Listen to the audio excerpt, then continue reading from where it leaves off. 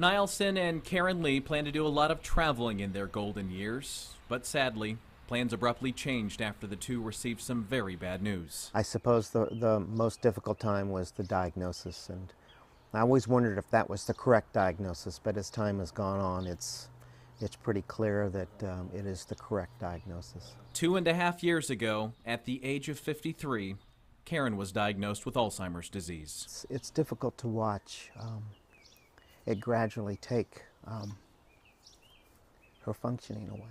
Before the disease set in, Karen worked as a registered nurse, managing an emergency room and directing a home health care program in hospice. The two would swim, bike, play tennis and softball, and ski. But they can't do that anymore. Well, I guess from my aspect, it's kind of sad. I feel like it just very slowly, it's just taking things away from me, you know. Nielsen was also an RN, but retired early to take care of his wife and says that he's most worried about what is in store for her. To get confused in your own home or, not know what time of day it is, those kinds of things I think are scary. But until then, the two are determined to stay positive, taking it one day at a time and appreciating each other every precious opportunity that they have. Oh my gosh, I don't know what I would do without him. Chris Fisher, 13 News. Vern Stevens isn't the athlete he once was, but at the age of 76, that sure doesn't keep him from trying. I can still hit, but I used to be able to burn some outfielders. But putting the ball in play like he once could is no longer his biggest problem. That's because Vern has Alzheimer's. When we hear the word, I think a lot of people leap to what we know of, and that's the late stages of people who have a lot of memory challenges and don't recognize people. Vern isn't at that point yet. Diagnosed in 2008, he struggles with his short-term memory and keeping track of time, and sadly how people view him now that he has this disease. And they don't even look at me. And that hurts. Dad's still the same person. That day that diagnosis hit did not change a thing. Something that Vern's daughters wish they could change is being able to spend more time with their dad. Leslie lives in Washington State. Her sister Gail lives in Chicago. I wish I could be here more often.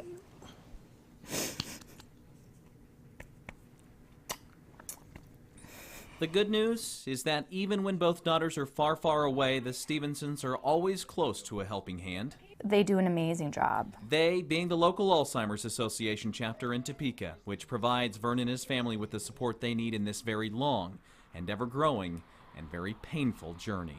Excuse me, this is Gail. No, I'm Leslie.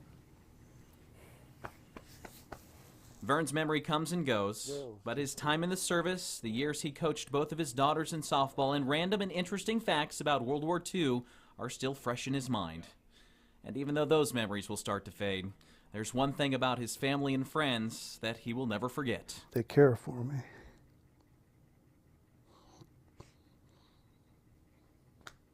Chris Fisher, 13 News. Okay, next question.